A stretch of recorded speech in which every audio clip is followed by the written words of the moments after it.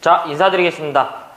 안녕하세요. 예, 반갑습니다. 오늘은 이제 지난 시간에 이어서요, 2013년도 2회 전기기사 전기설비 기술기준 한번 해설해 보도록 하겠습니다. 자, 무엇을 보고 무엇을 버려야 할지 한번 결정해 보도록 할게요. 자, 이제 요번 문제는 이제 96번까지 있는데, 자, 일단은 이제 똑같이 이제 동일한 부분, 이제 동일한 테마는 제가 이제 같이 한번 해볼게요. 81번이랑 몇 번이 같냐면, 몇 페이지냐면, 94번. 요거 같은 테마예요. 네, 제가 한번 같이 묶어서 한번 정리해 볼게요. 94번이었죠? 예, 94번. 요거는 이제 가공전선과, 자, 가공전선의 뭐가 된다? 지표상 높이가 됩니다. 가공전선의 지표상 높이.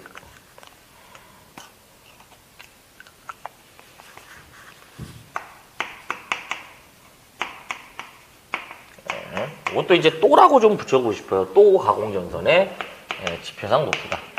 그쵸? 예, 잘 나오죠. 무려 두 문제가 나왔는데, 일단은 제가 표를 먼저 그려볼게요. 자, 첫 번째가 조건이 있고요. 두 번째가 저고압이 있고, 세 번째가 특고압 시가지 외죠. 그 다음에 마지막이 특고압 뭐가 된다? 시가지가 되겠습니다. 그렇습니다. 자, 이때 조건인데요. 일단은 이들이 첫 번째 조건은 어디를 횡단한다? 도로를 횡단하고요. 또 하나가 뭘 횡단한다? 철도를 횡단합니다. 자, 어디를 기준으로 한다? 이제 이놈은 레일을 기준으로 하죠. 대지면이 아닌 레일이 기준이고요. 그 다음에 횡단보도교. 네, 위인데 그냥 횡단한다고 할게요. 네, 기타. 자, 갑시다. 자, 어떤 식이든 저압이든 고압이든 이제 특고압이든 도로를 횡단하면요, 그냥 6m라고 보시면 되겠습니다. 자, 그 다음에 얘는 철도를 횡단해도 무조건 얼마가 된다? 6.5m가 되고요. 자, 횡단보도교를 횡단하는 건데 기본적으로 3.5m 이상 높이에 설치를 해주되, 그들이 뭐라면 절연전선 케이블이라면 얼마가 된다? 3m 이상이 되겠습니다. 자, 기타가 되겠습니다. 기타는 뭐가 된다? 지표상 5m 이상이 돼요. 네. 다만 그들이 교통에 지장을 줄 우려가 없으면서요, 전선이 뭐가 된다? 절연전선 내지 뭐가 된다? 케이블로 되어 있다면 얼마가 되냐면 이제 4m 이상이 되겠습니다. 네. 그 다음에 이것도 이제 몽당이 됐네. 자, 그 다음에 특고압 시가지 외적. 요때는요, 얘네들은 하는 거 아니죠? 네, 이거는 버리는 거다. 특고압 시가지 외인데 기본적으로 35kV 이하가 되면 최소 5m 이상이 되고요. 그들이 160kV 뭐가 된다? 이하라면 기본 6m에다가요, 산지면은 5가 됩니다. 원래 이제 이 6m도 평지라는 조건이 있었다가 요게 이제 개정이 되면서 없어져 버렸어요. 자, 그 다음에 160kV 요거 이하예요. 요것도 이하. 160kV를 뭐 한다? 초과하는 경우에 대해서는 산지면 5고요. 아니면 6이야. 그냥 이렇게 가자. 여기에다가 단수 곱하기 얼마를 잡아주면 된다? 0.12m 잡아주시면 되겠다. 라는 거죠. 자, 그 다음에 특고압 시가지가 됩니다. 기본적으로 35kV 이하가 되면 얼마 이상 높이에 설치한다? 10m 이상. 근데 그들의 전선이 절연전선이란 조건이 주어지는 순간 8m 이상이 되고요. 35를 초과하는 경우에 대해서는 똑같이 단수를 적용해 주시면 되는데 8의 예시가 없어요. 그래서 기본 10에다가 단수 곱하기 0.12 잡아주시면 되겠다 라는 거죠. 그래서 뼈다구를 완성하자. 자, 뼈다구를 완성하면은 이제 얘가 이렇게 뼈다구가 완성이 되겠습니다. 그렇죠?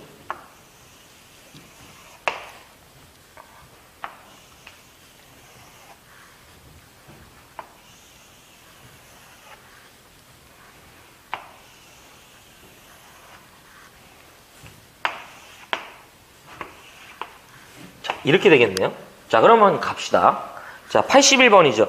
시가지에 35kV인 특고압 가공전선을 특고압 절연전선을 시설했다. 그 다음에 지표상 높이는 얼마인가. 어차피 뭐 시가지라고 주어졌으니까. 자, 지금 조건은 뭐냐면 전압이 특고압이고 뭐가 된다? 시가지죠. 도로횡단, 철도횡단 아니기 때문에요. 뭐 이런 얘기 없긴 기타가 되죠. 35kV니까 35 이하에 해당하나요? 그쵸? 근데 이제 원래 그러면 10m인데 맨 끝에 보면 이제 절연전선이라고 이제 주어진 것 같아요. 그쵸? 예, 그러니까 중간에 이제 두 번째 줄에 특고압 절연전선이 되죠. 그래서 얼마예요? 8m가 되겠지. 그래서 81번에는 정답이 몇 번이다? 4번이 되겠습니다. 자, 이어서 94번 갑시다. 저압 가공전선 또는 고압 가공전선이 도로를 횡단할 때 지표상 높이는 몇 메타 이상으로 하여야 하는가? 단 농로 기타 교통이 변잡하지 않는 도로 및 횡단보도기를 제외한대요. 자, 지금 누구예요? 전압이 저압 또는 고압 가공전선이죠.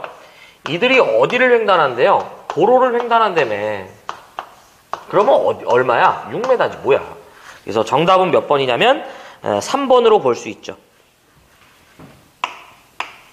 그쵸? 예, 그래서 이렇게 저희가 답이 달리네요. 자, 그 다음에 82번 보겠습니다. 전압의 구분이죠. 자, 지워보겠습니다. 한국전기설비규정이 이제 반영이 되면서요. 가장 기본적인 이제 그 부분, 우리가 캐치해야 될 부분이 아닐까 생각합니다. 자, 전압의 구분이 바뀌었죠. 가장 눈여겨봐야 될 그 전압의 구분은 저압의 범주가 확대된 거예요. 그래서, 자, 제가 지워볼게요. 자, 82번이죠. 네, 전압에 뭐가 된다? 구분이 되겠다. 자, 우리 전압은 저압이라는 범주가 있는데요. 자, 저압은 기본적으로 두 가지로 쪼개지죠. 우리는 교류라는 게 있고, 뭐가 있다? 직류라는 게 있습니다. 개정 전에 저압의 범주는 600V 이하의 것을 말했는데, 개정이 되면서 뭐가 됐다? 1kV 이하로 개정이 됐습니다. 그래서 저압의 범위가 확대됐고요. 직류는 750V 이하였던 게 1.5kV, 즉 1500V죠. 1.5kV 이하로 확대됐습니다. 그 다음에 고압이 되는 순간 이들을 각각 초과합니다. 이들을 각각 초과하고 얼마? 7kV 이하의 모든 전압을 저희는 뭐라고 한다? 고압이라고 하는 거예요. 그 다음에 7kV를 초과하는 모든 전압을 우리는 뭐라고 한다? 특고압이라고 하는 거죠. 사실은 이제 그 고압과 특고압은 변한 게 없어요. 물론 이제 뭐 여기 초과 부분 이 수치가 변하긴 변했지만 가장 눈여겨봐야 될 것은 저압의 확대가 되겠죠. 그래서 지금 물어본 거는 이제 뭐예요? 바로 고압이죠, 고압. 고압은 교류는 뭐예요? 1kV를 초과하고요. 그 다음에 직류는 뭐예요? 1.5kV를 뭐한다? 초과하고 얼마? 7kV 이하의 것을 말하죠. 그래서 이 말을 하는 거는 지금 몇 번이냐면 1번밖에 없어요. 그래서 이거는 무조건 해야 돼요. 그리고 여러분들이 이제 이 공부를 한다는 것 자체가 이 부분에서 우리가 이제 앞으로 이제 먹고 살 텐데 적어도 전기안전관리자, 우리 이제 주된 포지션이 전기안전관리자인데 전기안전관리자로서 전압의 구분 정도는 이제 알고 계셔야죠. 자, 그 다음 83번 보겠습니다. 금속 덕트를 공사에 의한 이제 저압 옥내 배선에서 금속 덕트 내에 넣는 전선의 단면적의 합계는 덕트 내부 단면적의 이제 몇 프로 이제 얼마 이하여야 되는가라고 하는데, 자, 요거는 제가 이제 금속 덕트 공사가 되는데요. 자, 개인적으로 이제 두 가지만 보는 건데, 자, 일단은 금속 덕트는 우리가 뭘 한다? 접지를 하죠. 이런 부분은 제가 이제 정리를 해드릴게요. 자, 그 다음에 여기서 첫 번째 우리가 봐야 될 내용은 뭐냐면 덕트를 조형제를 따라 시설시라는 얘기가 나오면 얼마 이하마다 지지하냐면 3m 이하마다 지지합니다. 그 다음에 두 번째가요. 지금 이거 덕트 내부에 넣을 수 있는 전선의 그 단면적은 이 내부 단면적의 몇 프로 이하가 돼야 된다? 바로 20% 이하가 돼야 됩니다. 근데 만약에요, 조건에서 출퇴 표시, 그 다음에 전광 표시, 그 다음에 제어 회로용이다, 이런 얘기가 주어지면 20%가 아니라 뭐가 된다? 50% 이하가 됩니다. 근데 왜 그러면 제가 이제 출퇴 표시 부분만 빨간색으로 칠했냐면, 요게 이제 이 바뀜으로 인해서요, 요 부분이 이제 없어졌어요. 항상 이 셋이 따라갔는데, 이게 이제 없기 때문에, 시험 문제에서 나온다면 이렇게밖에 못 냅니다. 예. 그래서 전광 표시 제어 회로용이다 라고 주어지면 이제 50인데, 지금은 이 조건이 없죠. 그래서 금속 덕트 내에 넣을 수 있는 전선의 단면적이 합계인데, 바로 금속 덕트 공사로서 내부 단면적의 합계는 몇 프로? 바로 20%가 된다. 그래서 정답은 몇 번이냐면요, 1번으로 볼 수 있네요. 예. 자, 그 다음에 84번. 고압 가공전선로에 사용하는, 이제 이 가공지선으로서 나경동선을 사용할 경우 지름 몇 미리 이상의 이제 전선을 사용하는가라는 거죠. 네. 그래서 84번은 가공지선과 관련된 테마의 문제입니다. 무슨 지선? 가공지선이에요. 우리는 이제 지지물의 최상단에다가 이제 일단은 이제 우리 배전선로를 보면 철탑도 똑같아. 자, 이렇게 전선이 가선돼 있으면 지지물의 최상단에다 우리가 꽃갈콘을 이렇게 씌워줘요. 그 다음에 여기에다가 피복이 없는 또 다른 선을 이렇게 가선해주죠. 요게 바로 뭐가 된다? 가공지선이 되겠습니다. 주된 역할은 뭐예요? 뇌가 떨어졌을 때 어떻게 한다?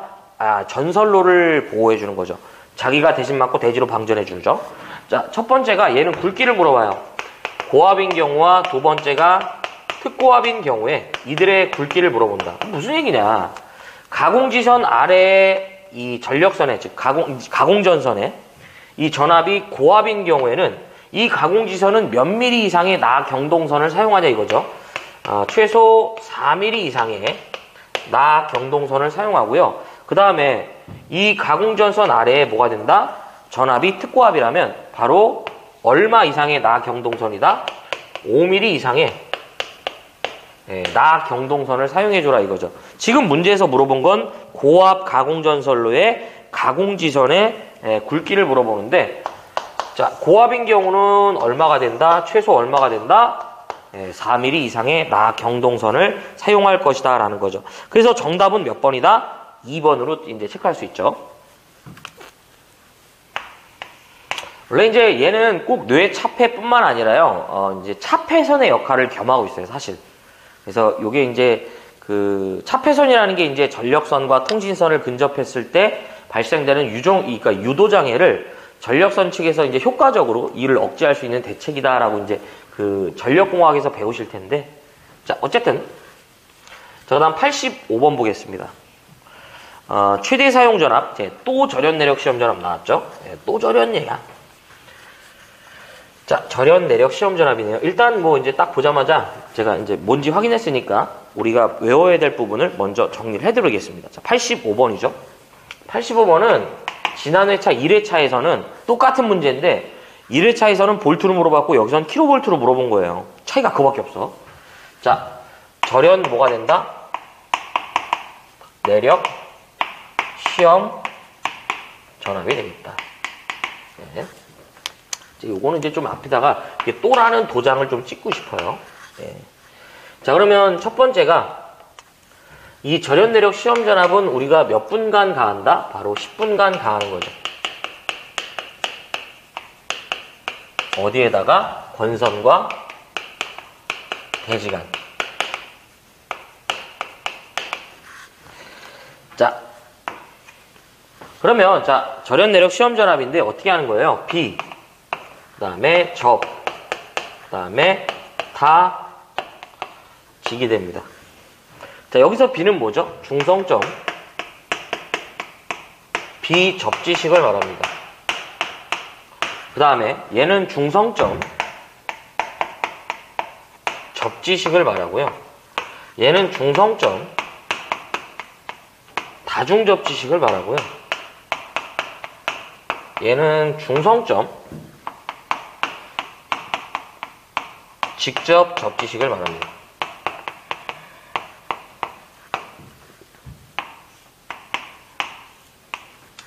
자, 중성점 비접지인데요.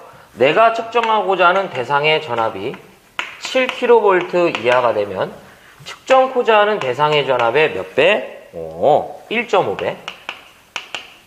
근데 조건이 있어. 최저 전압이라는 게 있죠. 실제로 계산한 전압이 이 값보다 작으면 시험 전압은 계산 전압이 아닌 이 값이야. 500이 되고요. 자, 7kV를 어떻게 한다? 초과하는 부분에 대해서는 그들의 전압이 얼마? 1.25배. 그렇죠? 요것도 뭐가 있다? 최저 전압이라는 게 있습니다. 몇 볼트다? 1500볼트가 되겠다. 자, 중성점 접지인데요. 대상의 전압의 몇 배? 1.1배가 되겠습니다. 네. 근데 얘도 뭐가 존재한다?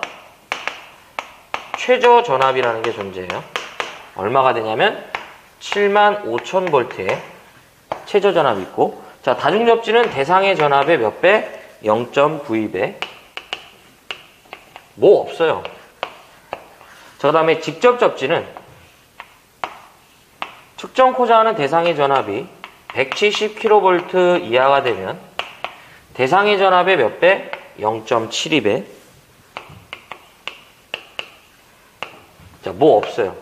그 다음에 170kV를 초과하면 대상의 전압의 몇 배? 0.64배.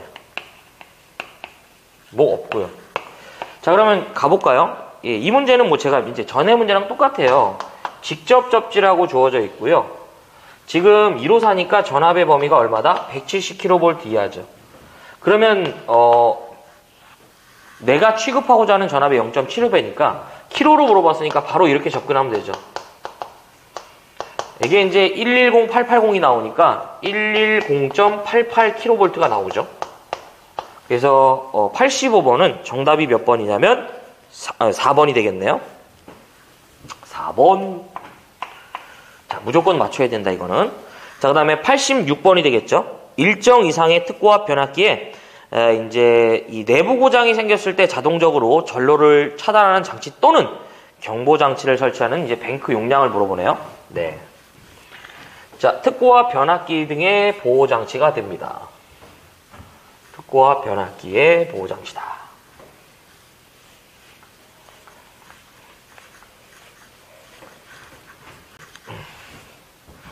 자, 몇 번이냐면 86번이죠. 특고압 변압기의 보호 장치다. 네. 자, 이거는 일단은 어떤 경우인지는 정해놨어요. 바로 어떤 경우? 바로 내부 고장에 준할 경우입니다. 그러니까 특고압 변압기에 내부 고장이 발생했을 때, 이 내부 고장이 발생했을 때 어떤 장치를 시설해 주냐 이거죠. 어느 보호 장치? 그래서 첫 번째가 그들의 용량이 5000 kVA 이상이면서 1000 kVA 미만이 되면 내부 고장이라는 부분이 발생했을 때, 사고가 발생했을 때 경보 장치 또는 뭘 설치한다? 자동 차단 장치를 두어라, 이런 얘기죠. 자, 여기서 말하는 자동 차단 장치는 릴레이 계전기를 얘기하고요. 이거는 둘 다 설치하는 게 아니라 어느 하나만 설치해도 돼라는 의도죠. 자, 그 다음에 만약에 이들의 용량이 두 번째가 1000 kVA 이상이 되면 이제 내부 고장에 대해서는요, 경보 장치는 올 수 없고요. 반드시 누구만 와야 된다? 자동 차단 장치만 오셔야 돼요. 그래서 여러분들이 아시는 변압기의 내부 고장을 보호하는 보호 계전기가 바로 뭐가 된다? 부홀주 계전기와 비율 차동 계전기가 되겠죠. 자, 그 다음에 탄행식 변압기 하나 더 물어봐. 탄행식 변압기에 냉각 장치의 고장에 대해서 어떤 보호 대책이 요구되냐 이거죠. 바로 뭐가 된다? 경보 장치를 두어라 이거죠. 그래서 탄행식 변압기는 잔행식이 있고 탄행식이 있다고 보시면 돼요. 잔행식은 말 그대로 자기 스스로 냉각하는 건데, 그것은 공기라는 걸, 외부 공기를 그대로 받아들여 갖고 냉각하는 걸 잔행식이지만, 탄행식은 별도의 매체가 있는 거지. 대표적으로 풍냉식이나 순행식이 그렇죠. 그래서 이 탄행식 변압기라고 주어지면서 냉각장치의 어떤 고장에 대해서는 우리가 어느 보호 대책을 요구한다? 경보 대책을 이제 요구한다라는 거 같이 기억하자. 자, 그러면 지금 이 문제에서는 특고압 변압기 내부 고장에 대해서, 특고압 변압기의 무슨 고장? 내부 고장에 대해서요, 경보 장치를 해야 되는 경보 장치가 올 수 있는 그 변압기의 용량을 말하는 거죠. 그러니까 바로 5,000 이상 뭐가 된다? 10,000kVA 뭐가 된다? 미만이 되는 거죠. 그러므로 정답은 86번은 몇 번이지? 2번으로 저희가 확인할 수 있겠네요. 그렇죠? 예. 자, 그 다음에 87번. 시가지에 시설하는 통신선은 미안합니다. 특고압 가공전선로의 지지물의 시설에는 안 된다. 그러나 통신선이 절연전선과 동등 이상의 절연 요력이 있고 인장강도 5.26kN 이상의 것 또는 지름 몇 미리 이상의 절연전선이나 광섬유 케이블이면 가능한가? 예. 87번은요, 이렇게 정리해 볼게요. 특고압 첨가 뭐가 된다? 통신선에 시설이 되겠습니다. 요거 이제 굵기 물어보거든요. 굵기. 자, 만약에 전선이 절연전선이다 이거죠. 그러면 특고압 첨가 통신선은 뭐냐면, 기본적으로 우리가 이제 이 기술 기준 안에서 통신선이라고 불러주는 건요, 전력 보안 통신선밖에 없어요.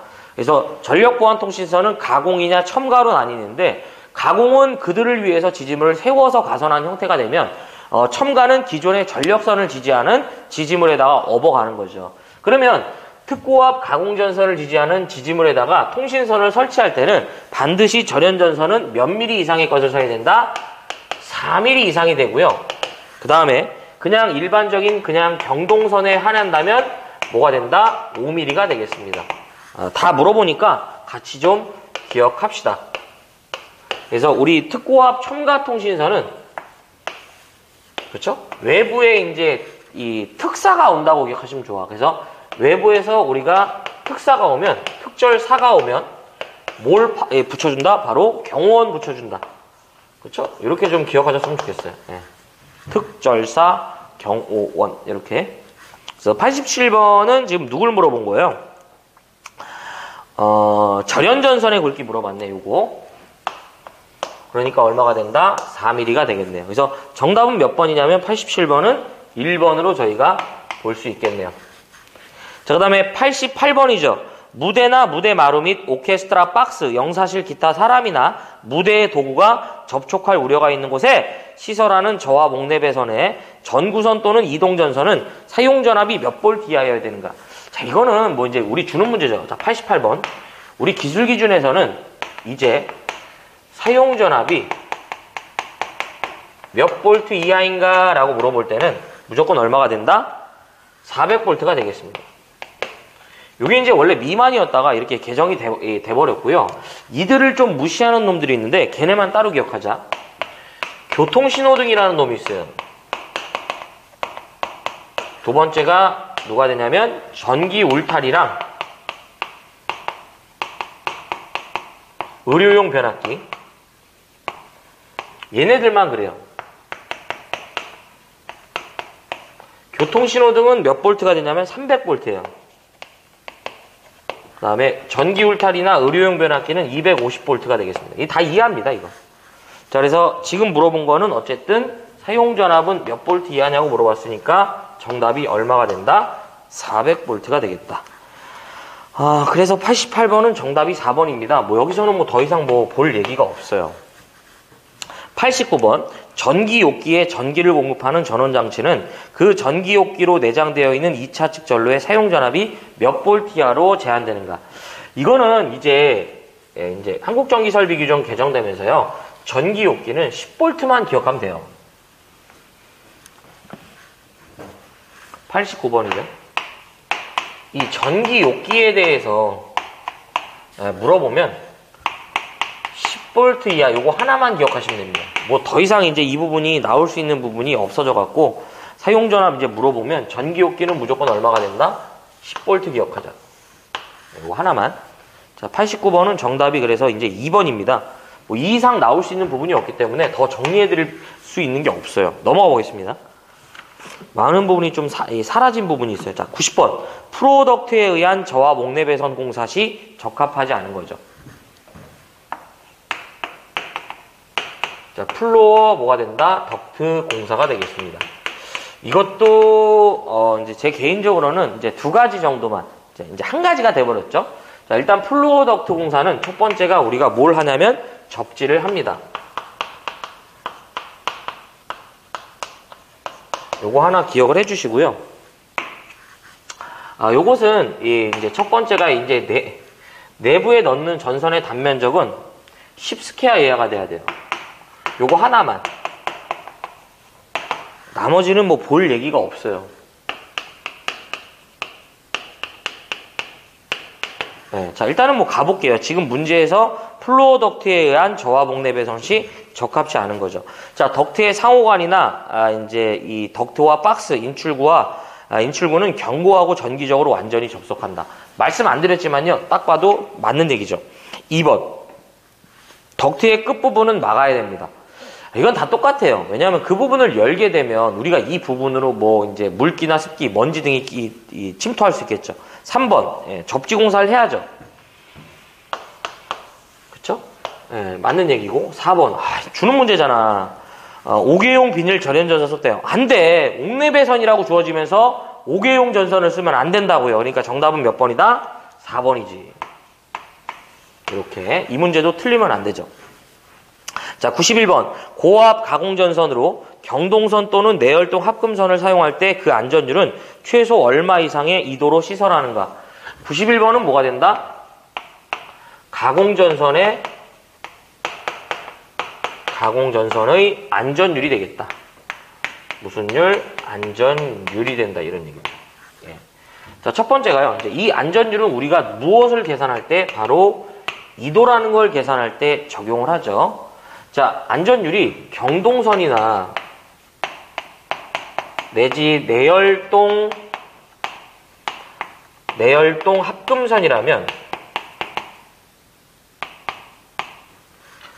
합금선이라면 안전율이 얼마가 된다? 2.2 이상이 되겠습니다. 두 번째가 이를 제외한 나머지 모든 전선에 대해서는 기타로 취급하고요. 얼마가 되냐면 2.5가 되겠습니다. 예. 자, 그래서 여기서 말하는 이제 그 가공전선의 안전율이죠. 요거는 이제 우리가 이도라는 걸 계산할 때 이제 써먹는다고 했었는데 전력에서 보면 여러분들이 그 이도라는 부분에 대해서 배우죠. 전선을 가선 시에 지지물과 지지물 사이의 전선을 가선 시에 전선의 뭐가 된다? 처짐의 정도를 말하죠. 자, 여 길이를 경간이라 했을 때 전선의 처짐의 정도를 말합니다. 그렇죠? 그래서 실제로 경간만큼 전선을 가선하면 전선의 장력이 지나치게 많이 가해진 상태이기 때문에 곧 단선이 이루어지고요. 또 너무 이도를 많이 줄 수는 없잖아요. 왜냐하면 얘가 이제 흔들리면서 다른 전선이나 다른 시설물 또는 차량, 식물, 수목 이런 것과 접근할 우려가 있죠. 그러니까 적당히 우리가 이를 조정하는데 보통은 10% 이내로 합니다. 이 경간에. 그래서 우리가 이제 이 이도라는 걸 계산할 때 이도 D는 8T에 WS 자승이라고 취급하죠. 그래서 이게 이제 W는 이제 전선의 하중, S는 경간, T가 바로 뭐가 된다? 전선의 이 수평 장력. 그래서 이 수평 장력 T를 전선의 인장 하중과 바로 무엇으로 나눠준다? 안전률이라는 값으로 우리가 나눠줄 때 그때 써먹는 이 안전률이 되겠죠. 네, 이 식은 유도가 돼요. 그래서 지금 문제에서 물어보는 것은 바로 뭐다? 경동선 또는 내열동 합금선의 안전율을 물어보죠. 자, 경동선이나 내열동 합금선의 안전율이니까 얼마가 된다? 2.2 이상이 되겠네요. 그렇죠? 그래서 91번은 정답이 몇 번이다? 2번으로 해설할 수 있겠습니다. 자, 그 다음에 92번 봅시다. 철탑의 강도 계산에 사용하는 이상시 상정하중이 가해지는 경우 그 이상시 상정하중에 대한 철탑의 기초 안전율은 얼마 이상으로 하는가? 자, 92번이죠. 예, 지지물의 안전률이 되겠습니다.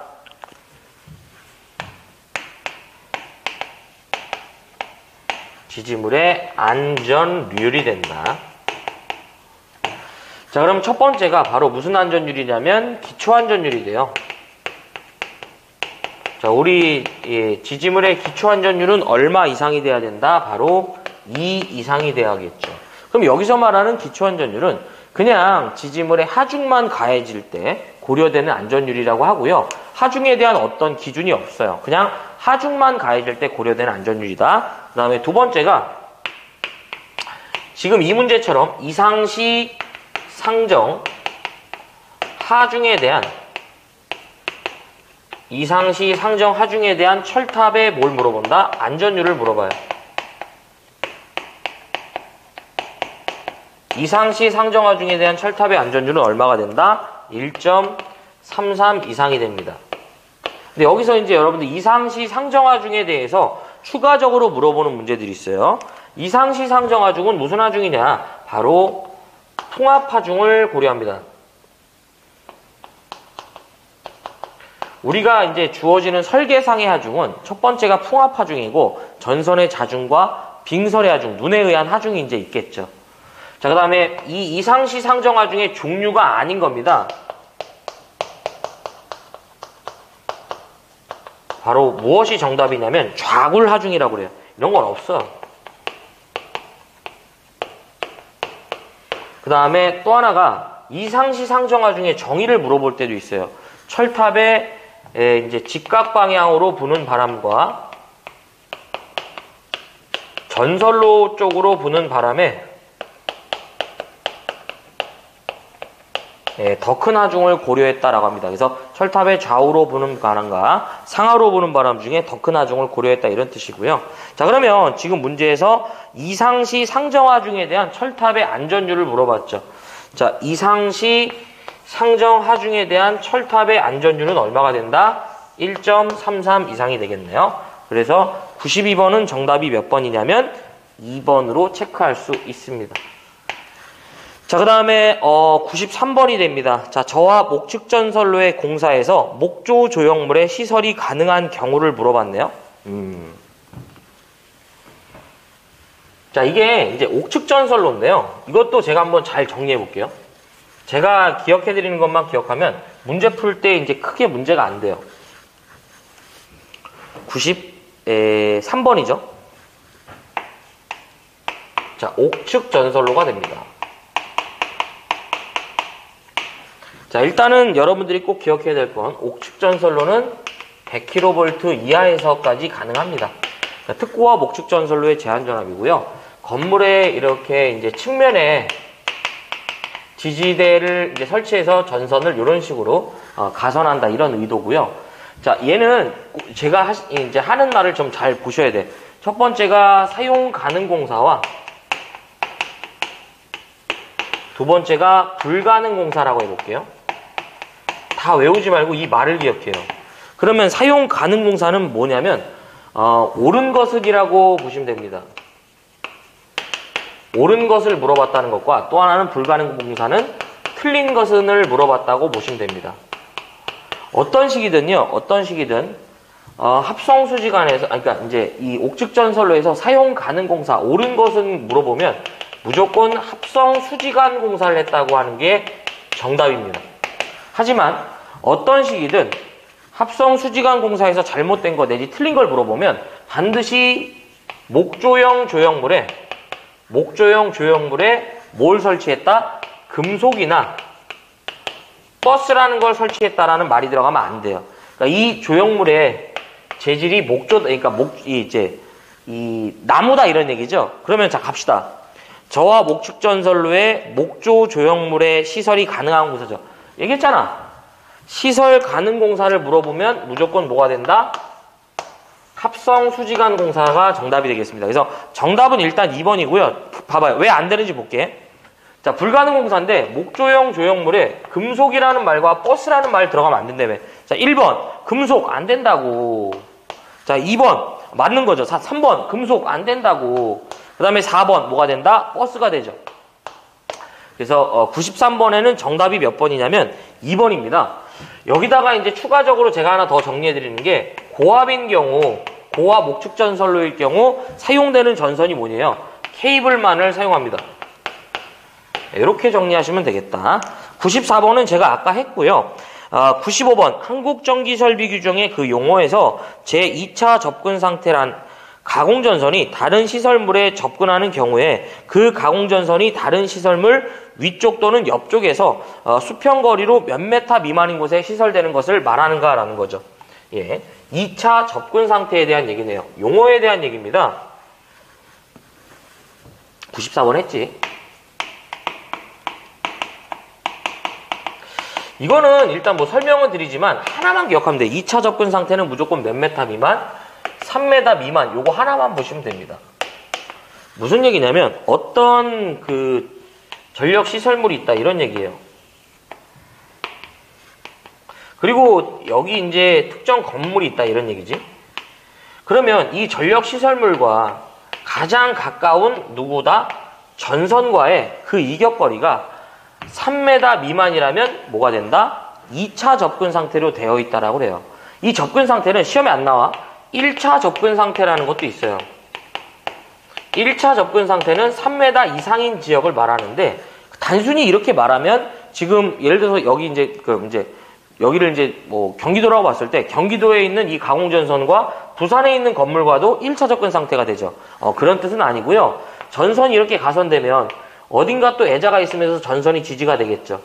이 전선이 여기서 끊어지든 여기서 끊어지든 여기서 끊어지든 여기서 끊어지든 여기서 끊어지든 바람에 날려갖고 얘랑 닿을 우려가 있으면 뭐가 된다? 1차 접근 상태가 되죠. 3m 이상이면서. 그래서 2차 접근 상태는 이거 하나만 기억하시면 돼요. 몇 메타 미만이다? 예, 3m 미만이 되겠다라는 거죠. 그래서 지금 95번에서는 정답이 몇 번이 되냐면 2번이 되겠습니다. 자, 그 다음에 96번이 됩니다. 가공전선로에 지지물의 취급자가 오르고 내리는데 사용하는 발판 볼트의 이제 이 높이는 원칙적으로 몇 메타 미만에 설치하면 안 되는가? 자, 발판 볼트의 높이죠. 지지물에 설치하는 발판 볼트의 높이는 얼마 이상이 돼야 되냐면 1.8m 이상이 돼야 됩니다. 근데 맨날 이렇게 물어보는 건 아니고요. 몇 메타 미만 지역에 설치하면 안 되냐 이런 얘기죠.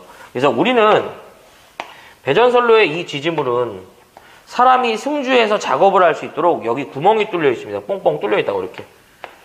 그래서 이 구멍에다가 저희가 이런 식으로 발판 볼트 또는 승주 못 내지 풀스텝바, IC바 이런 식으로 표현을 하는데 여기다 얘를 끼운 다음에요. 제가 얘를 지지 삼아서 올라가서 여기에다 이렇게 우리가 띠를 둘러요.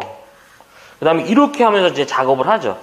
그래서 요 최소 높이가 바로 얼마가 되냐면 1.8m인데 그래서 1.8m 미만 지역에는 설치하면 안 된다 이런 얘기예요. 그래서 정답이 몇 번이 되냐면 이제 3번이 되는 거죠. 근래에는 이 경우가 글쎄 전기 쪽은 보기가 거의 어려워요. 요즘에는 거의 대부분 고소 작업은 이제 이 사다리차 불러줘갖고 작업하시더라고요. 잘하는 것 같아요. 괜히 추락사나 이제 이런 그 낙사에 대한 사고를 없애는 거죠. 자, 그래서 여기까지가 2013년도 2회 전기기사 전기설비 기술 기준에 대한 해설이었는데요. 무엇을 보고 무엇을 버릴지 한번 결정해 보도록 하겠습니다. 81번이죠. 81번과 몇 번이냐면 94번은 같은 테마예요.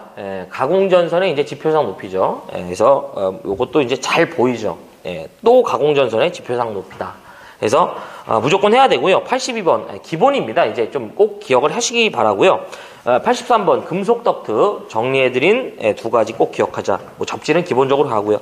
84번 가공전선의 그 가공지선의 굵기 꼭 기억하시고요. 85번은 이제 또 절연 내력이죠. 무조건 해야 돼. 86번 특고압 변압기 내부 고장에 대한 부분과 이제 탄핵식 변압기 있었죠. 그거 꼭 같이 기억하시고 87번 특고압 첨가 통신선의 굵기 합시다. 88번 사용전압 나오면 무조건 400V예요. 자, 전기호끼는 이제 10V만 기억하시면 됩니다. 자, 그 다음에 프로덕트도 이제 하나만. 그 다음에 91번 전선의 안전율 두 가지 종류 있었죠. 꼭 해야 되고요. 92번 지지물의 이제 이 안전율이 되죠. 꼭 기억하고. 자, 93번 이제 옥축전설로 이렇게 정리하시면 되겠다. 그 다음에 94번 아까 한 거고요. 자, 95번 2차 접근 상태 해야죠. 그 다음에 96번 발판 볼 때 이제 최소 높이에 대한 부분인데요. 몇 메타 미만에 설치하면 안 되는가? 1.8이죠. 그래서 여기까지가 2013년도 2회 전기기사 전기설비 기술 기준에 대한 해설이었습니다. 시청해주셔서 고맙고요. 저는 다음 회차 때 이어서 뵙도록 하겠습니다. 자, 고맙습니다.